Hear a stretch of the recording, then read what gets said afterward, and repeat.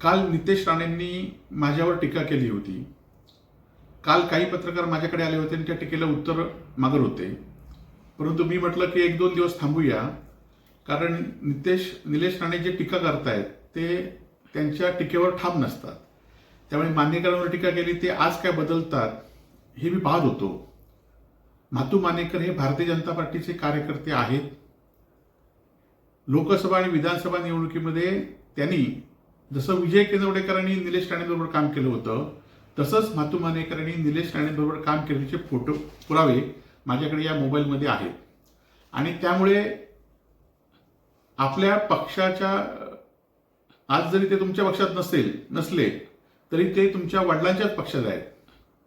माननीय नारायण राणेंच्या भारतीय जनता पार्टीमध्ये ते या जिल्ह्यामध्ये पदाधिकारी आहेत. तुम्ही सांगून त्यांना जर भारतीय जनता पार्टी म्हणून त्यांची हकालपट्टी करा, म्हणजे लोकांना कळेल की म्हातू मानेकर हे हिंदू धर्मविरोधी आहेत.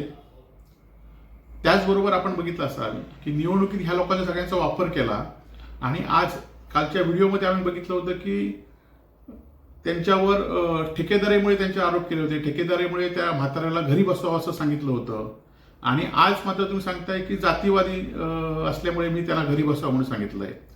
खरं तर तुम्ही जे आरोप करताय, तुम्ही जे त्यांना घरी बसवा म्हणून सांगत होता, जेव्हा धमकी देत होता, त्या धमकीमध्ये फक्त आणि फक्त ठेकेदारीवरनं ते आरोप होते. खरं तर आपण बघितलं असाल की छत्रपती शिवाजी महाराजांचा जे स्मारक होतं ते कोसळलं आणि कोसळल्यानंतर मी आंदोलन केलं आणि म्हणूनच पुन्हा एकदा चांगला पुतळा त्या ठिकाणी बसवावा लागला. आणि त्यावेळी सुद्धा तुम्ही आरोप केले होते माझ्याबरोबर, परंतु त्या आरोपात कुठलंही तथ्य नव्हतं. आणि जर रवींद्र चव्हाणांनी जर निष्क्रिय पालकमंत्री असतील, माझ्यावर चौकशी केली नसली, तर आता तुमचेच भाऊ पालकमंत्री आहेत, तुमच्याच पक्षाचे नेते गृहमंत्री आहेत, तुमच्या मित्रपक्षाचे, आणि त्यामुळे पुन्हा चौकशी करा. ती तुमच्यात हिंमत नाही, फक्त आरोप करायचे आणि दुसरीकडे विषय भरपडायचा असा हा विषय आहे. खरं तर मी रवींद्र चव्हाणांना भेटतो, उदय सामंतांना भेटतो, माननीय मुख्यमंत्र्यांना सुद्धा भेटतो. मी जिल्ह्यातील अनेक भारतीय जनता पार्टी आणि शिवसेनेचे अनेक नेते कार्यकर्ते यांच्या हे माझ्या संपर्कात असतात, मी त्यांच्या संपर्कात असतो. परंतु माझ्या पक्षाची भूमिका आणि माझी भूमिका ही माझी ठाम असते, हे लोकांनी बघितलेलं आहे. परंतु मी भेटतो ते तुम्हाला का पोटात दुखतंय? आपल्याला माहिती असेल की आपण उद्धवजींना भेटायचं असेल तर माझी काही गरज नाही, तुम्ही उद्धवजींना भेटा. त्यांचे पी आहेत, त्यांच्याकडनं मी पाहिजे तर त्यांच्याशी संपर्क साधून तुमची भेट घालून देईल आणि त्यांना भेटा आणि त्यांना सांगा वस्तुस्थिती काय असेल ती. परंतु मी भेटतो म्हणून तुमच्या पोटात दुखण्याचं काही कारण नाही आहे. आपण बघितलं असाल की आज मी या विधानसभेचा आमदार नाही आहे. माझा पराभव 8,000 मतांनी झालेला आहे, हे पण मी स्वीकारलेलं आहे. आणि खरं तर हा पराभव आर्थिकदृष्ट्या झाला आहे हे पण लोकांना माहिती आहे. आणि रवींद्र चव्हाणांमुळेच तुम्ही विजयी झालात हे पण तुम्ही नाकारू शकत नाहीये. परंतु मी आमदार नाही. आता तुम्ही आमदार आहात तर तुम्ही या जिल्ह्यातील या मतदारसंघातील प्रश्न सोडवले पाहिजेत. माझ्यावर आरोप करण्यापेक्षा आज आपण बघितलं असेल की मच्छीमारांना एलईडीने धुमाकूळ घातलाय, मच्छीमारांमध्ये दुष्काळ पडलाय. आज जलजीवन मिशनची कामं एकही काम या मतदारसंघामध्ये जी आम्ही सुरू केली होती, एकही काम पूर्ण झाले नाही, ही वस्तुस्थिती आहे. आज शासकीय मेडिकल कॉलेज सुरू केलंय, त्या मेडिकल कॉलेजमध्ये डॉक्टर नाही आहेत. याउलट तुमचे जे शेजारचे असतात, पीए असतात, ते त्या ठिकाणी टेम्पररी कर्मचारी नेमण्यासाठी पैसे घेतात. ह्याचे पुरावे माझ्याकडे आहेत, काही दिवसात मी ते देईन.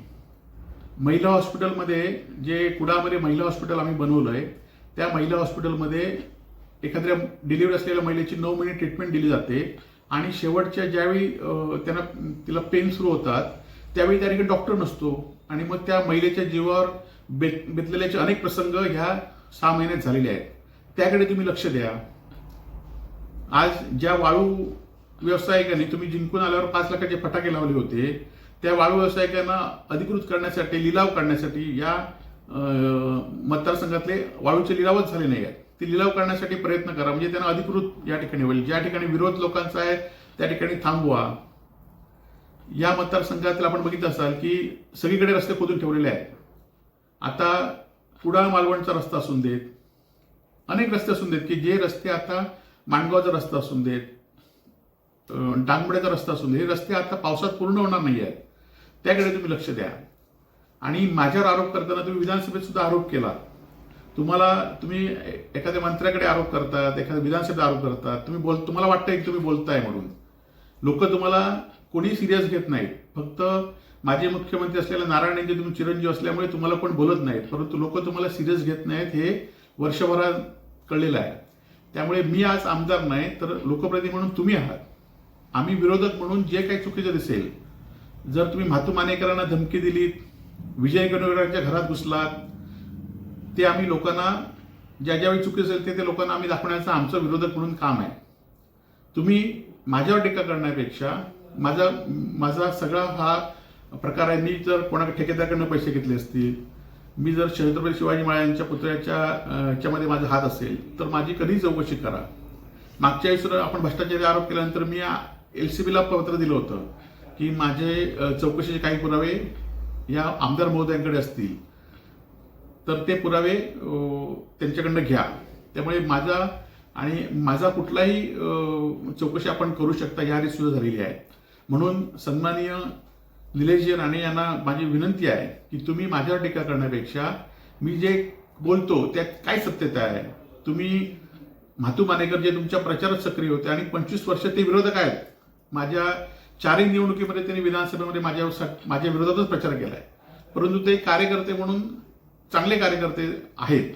अनेक वर्ष ते त्या भागात काम करतायत आणि त्यांना तुम्ही त्यांना त्यांचा बंदोबस्त करायचं सांगत असेल किंवा विजय केंद्रेकर हे भारतीय जनता पार्टीचे अनेक वर्ष कार्यकर्ते होते, त्यांच्या तुम्ही घरात घुसून त्यांना मारण्याची धमकी देत असाल तर विरोधक म्हणून आमचं काम आहे की त्या विरोधात आम्ही बोलायचं.